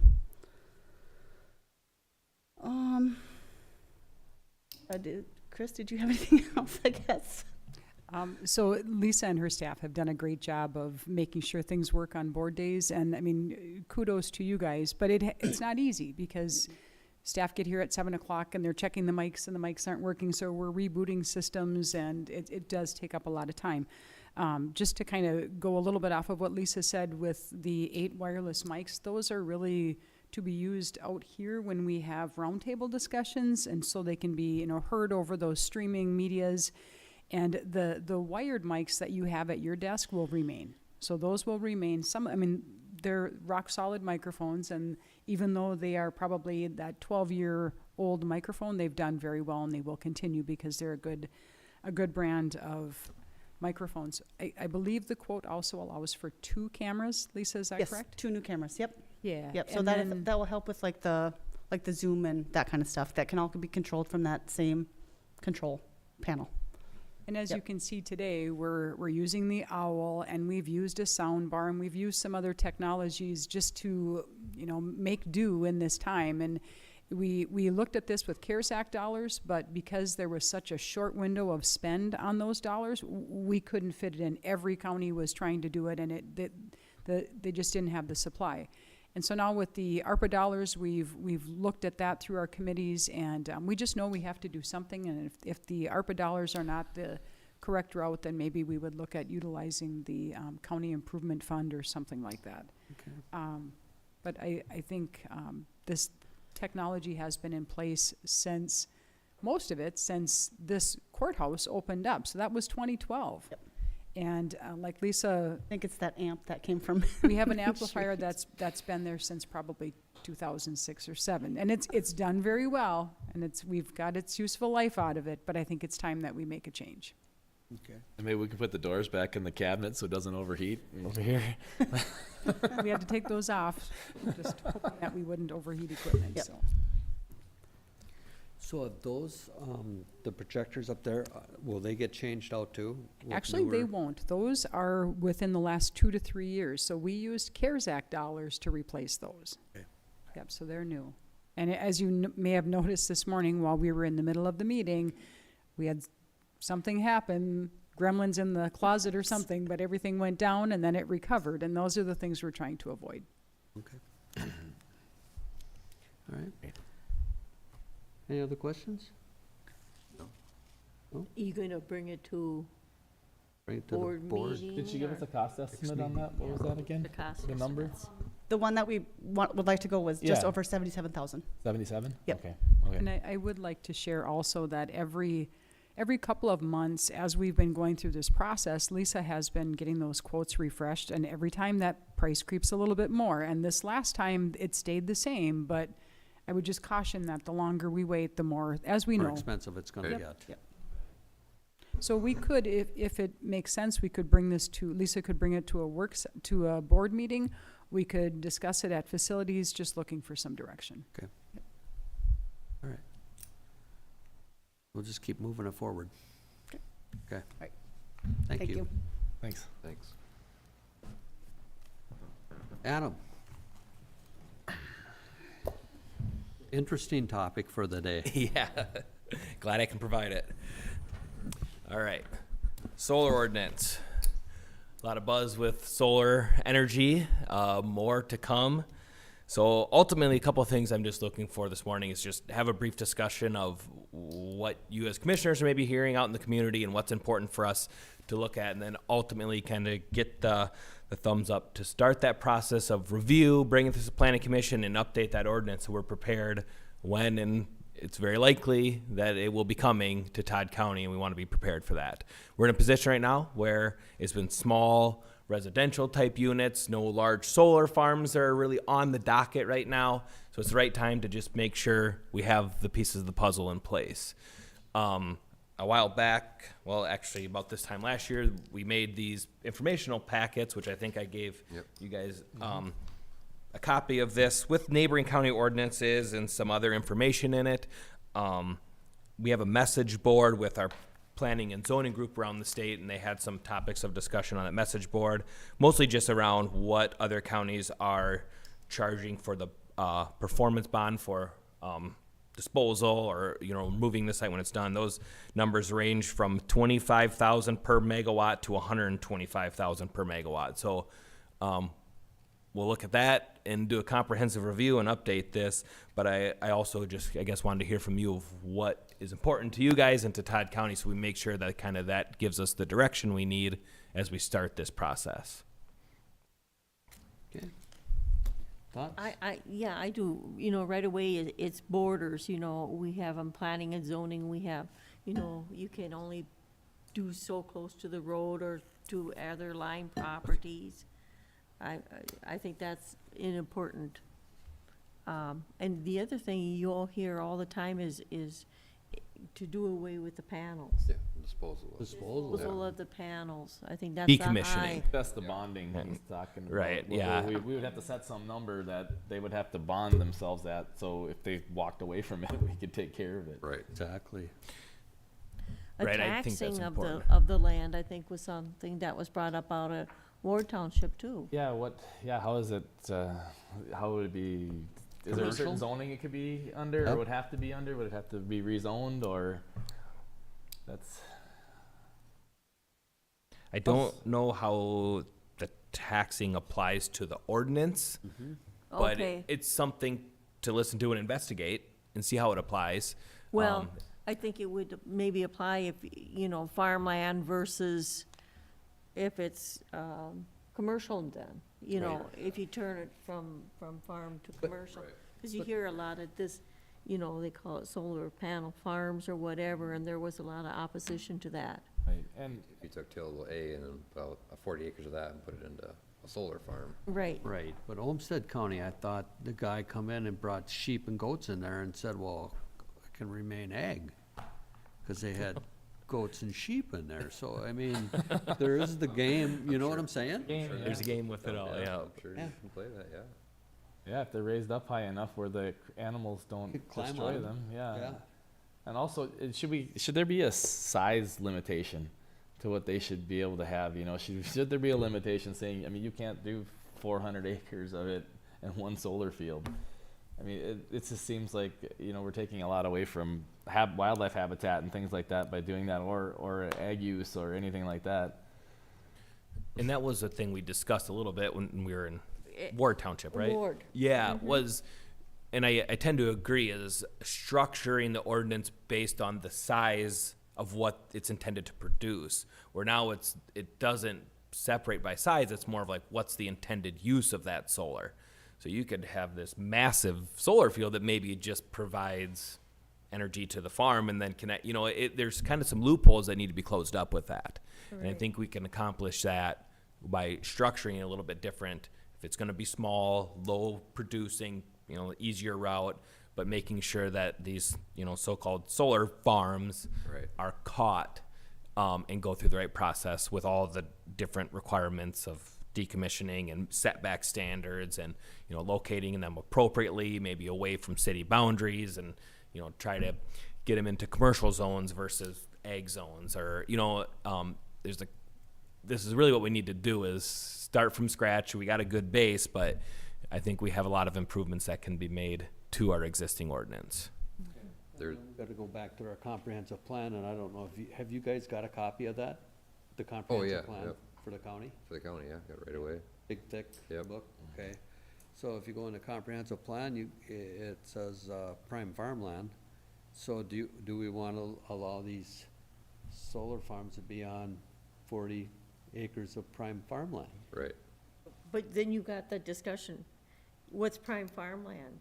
Is it Osaka's land, or is it irrigated land in the northern part of the county? Or is it just prime what farmland what per is prime township, or- farmland now? Point.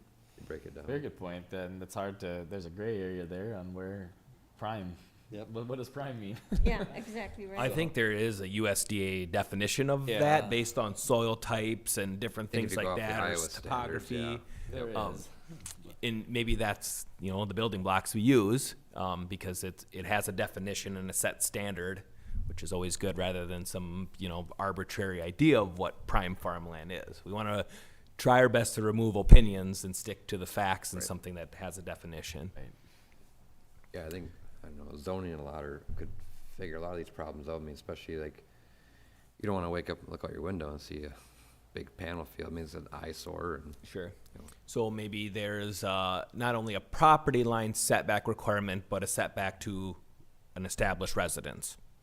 maybe, I mean, You you see might, something you like might that. have them treated at, you know, like those livestock barns, you know, they put in the big swine facilities or, you know, cattle facilities, don't want to, nobody wants to see it. And they understand the importance of it, but you typically don't want to see it or And smell it. and- Those CUPs could be modified to maybe have to plant trees. you Right, know, like- or yeah, like I something said, that, they're- to shield it from Oh, view. 100%, yeah.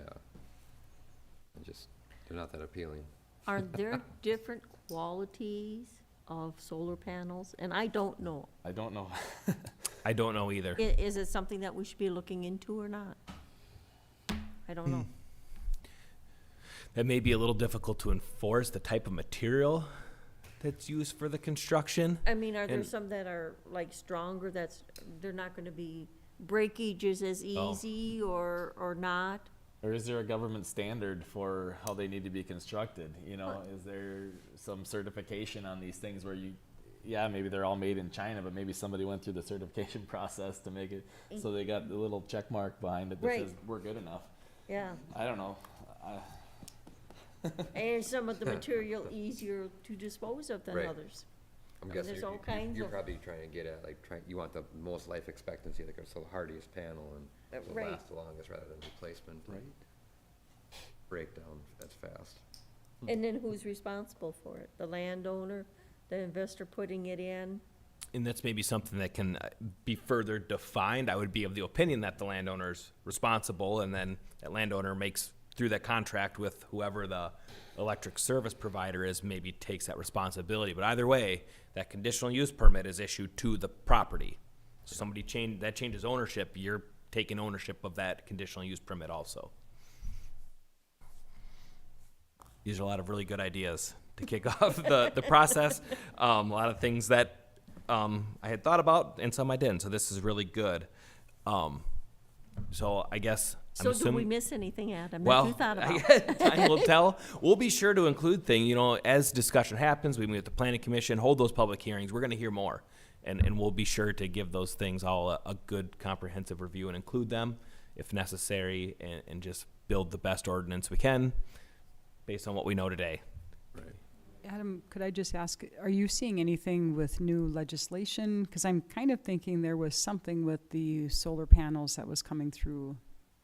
I have not seen anything. I get like the legislative environmental updates, and I read those, and I haven't seen a solar one recently, but I guess it also depends on what recently is. If it was 3 months ago, Yeah, I might just take a quick look and reach out to you with that, just so if there's something new that's coming, we get that captured as yeah. well.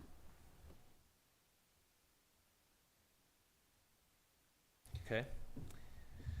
Well, any other thoughts before I? Excellent. Our intention would be, if we have your blessing, we would get this on the June 1st Planning Commission agenda. That's the next one available. Okay. We would get that on there. The deadline's not till Monday, but so far it looks like a fairly short agenda, so it'd be a good meeting to do the kickoff of it. And we're wrapping up that septic stuff, although I can give a quick brief update on this, right? Okay, just a brief update on that. We've got things in place. Planning Commission's reviewing because they just saw it at the last meeting, so they wanted an opportunity to kind of digest everything. But being that we're right into construction time, I think it would be better to either continue the review or put pause on it or whatever, but not adopt it until after construction season, because it's going to throw a wrench into everything. And it would be a hassle for the county and for all of our contractors, homeowners, whoever. So we have a good start. MPC has reviewed it and gave us a thumbs up that it looks good, but I think we'll just likely put a pin in it after this Thursday's meeting and pick it up at a more appropriate time. Okay. Any last questions, comments? Or? For the solar side, you've reviewed probably Stearns County's Yep. ordinance too. You got that in there? It's in the packet yeah, here. okay. Yeah. So yeah, exactly. So I mean, maybe modeling things after theirs is a good Yeah. idea too, because they've dealt with a lot of these larger. They I have. think they're actually getting some kickback. Is that correct from these?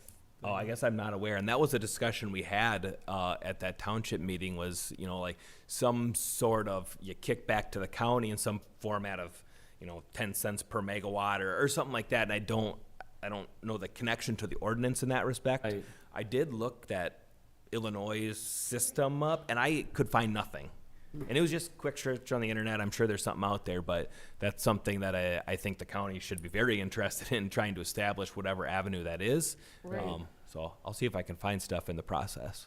Great. Thanks. Okay. Yep. Thank you. All right. Yep. Any last comments? Any other question? No?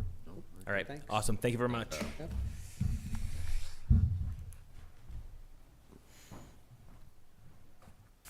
All right, building blocks for an effective board meeting documents.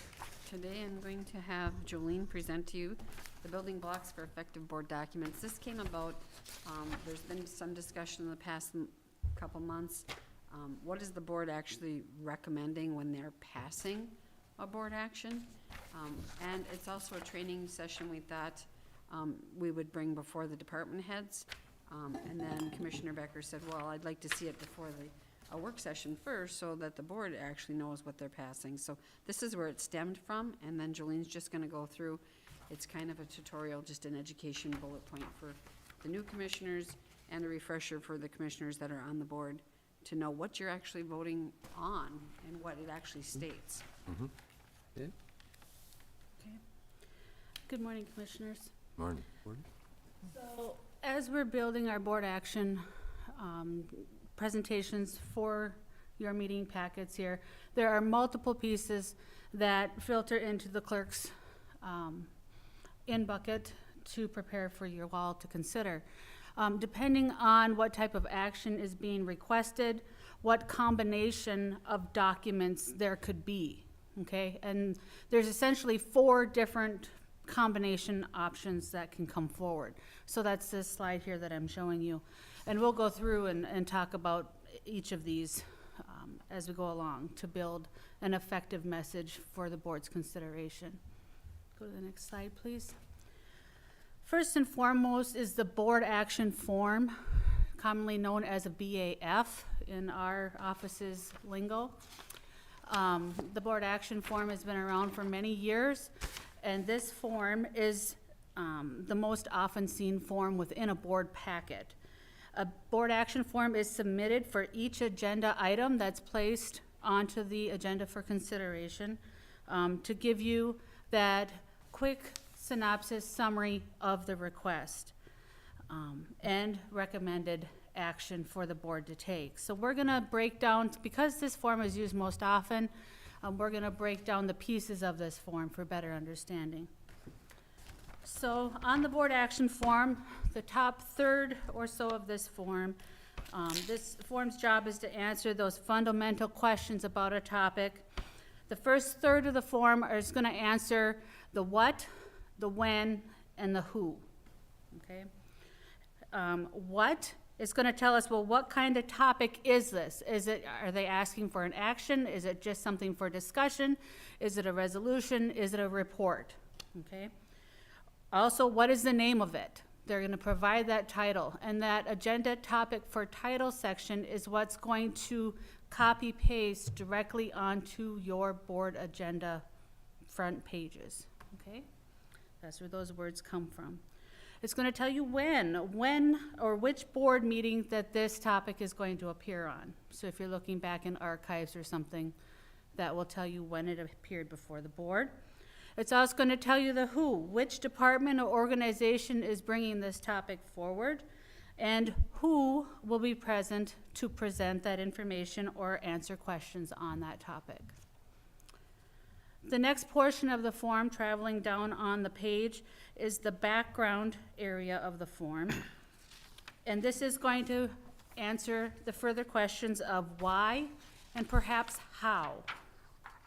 It's going to provide a brief history of how the subject matter has come about, and why the county board potentially needs to make a decision. It's also going to give you the options there that you as the board have. And we'd like to make known that you are not bound by the options written, okay? Typically, it's to approve or to not approve, but sometimes our board actions in the past, we've had options 1, 2, 3, 4, different dollar amounts for things, or different proposal variations for different parts of a particular service. So, in the background area here, this data is to aid you in understanding the subject matter. It's just a brief summary of the goods being presented. Okay? And the heart and goal of a board action form for you as the County Board of Commissioners is the recommendation portion. And this is the formal action area for the board. This is where the proposed action statement will be written or pre-written by the requesting department, asking you to take action. However, you as the county board reserve the right to change those words when you make your formal motions. As you're building your formal motions then, when we look at those recommendations, and that's something that Denise and I look at when these documents come in, is that statement or that recommended motion verbiage line here in the recommendation point answering those same questions. Who are we paying, or who are we working with? What are we working on? Why? How much? Those kinds of things. Is it passing those basic question tests? Are we saying enough about what we're making the motion on? This is obviously a very vital portion of the form. Whatever words that are appearing in the recommendation line here is what, and for example, if the board just says, so move on a potential item without stating any other comments or additional words, then those words are going to be copied, pasted directly over to the board minutes as the motion made.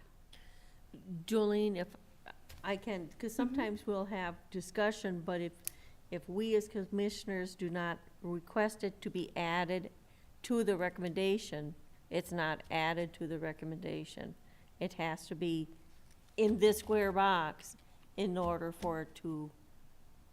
Our recommendation Added is to to it. restate that whole sentence with whatever portions you wish to have If you're- included or excluded from If you're it. going to make the motion during a meeting and you want to change something, it's fine for you to do that. You just have to restate the statement in there, how you want it worded.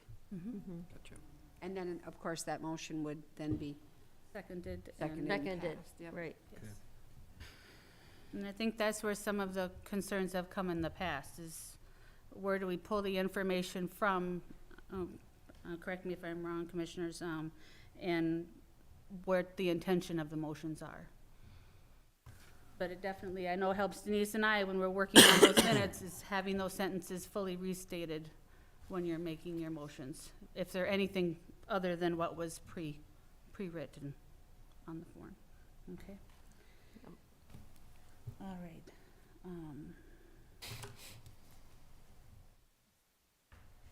Next slide, please. So another form that you'll see often here in the county board agenda packets are resolutions. And resolutions are not always needed in the county's mode of business, but they do have their place.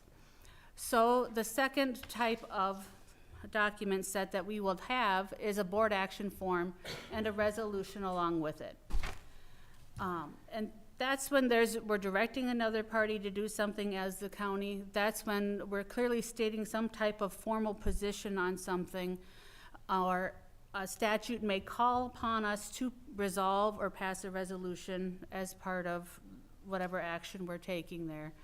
And definitely has a lot more detail and description about where and why the board is being called upon to make this decision. Every resolution form will be accompanied directly with a board action form. So something to think about on the board action forms. It's going to note on the top of your board action form that you're going to be looking, there should be a resolution attached. The resolution box will be checked. And we'll go to the next page here, please. on the resolutions, in the recommendation line, what you're going to see on the board action form is just the title of the resolution. So it's basically redirecting the board's attention to the next document, okay? So you're going to approve, and this is just an example from the past from our office, to say approve the attached resolution with this name. And every resolution has that bolded name header on it so that we can connect the apple with the apple of what the board's making the motion on. Some of the things we've been working on correcting in our office in the recent past are board action forms that have resolutions along with, and it'll just say to adopt the attached resolution. And then we look at it and say, which one? The resolution to buy a product, the resolution to pay for a service, the resolution to move a desk, you know, what's the subject matter that we're being directed to? So we have been working on getting those board action forms edited to correctly guide the board's motions to the resolution document proposed. Okay. The next set of documents that could come forward that have multiple pieces here would be your board action form and your budget request form, your BRF. So we're not going to go into great detail today on when it's the right time to use a budget request form and whether or not you need a resolution along with that.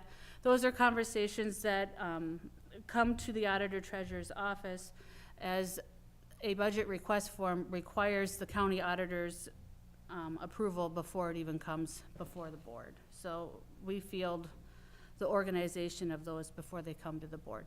But just know that every budget request form that's going to come forward to the board, be it to shift dollars from a previous budget year to a new year, or to approve an unplanned expense, those kinds of things, will also have a board action form there to summarize the details for you in the background and to recommend adopting that attached budget request form.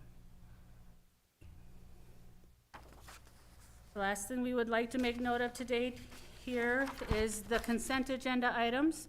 We would just like to remind that the topics that are includable in that consent agenda portion per your Todd County protocol resolution are the minutes from the previous meeting, resolutions authorizing permits or licenses. So that's why you see the things like the liquor licenses, the gambling permits, things like that in there. We have the board action forms for approving hiring employees and recognizing departure of employees as well in there. And we are constantly watching and helping our departments, making sure that we're getting important things like effective dates listed on those consent board action forms and pay grades and steps and so forth, so that all those important details are present.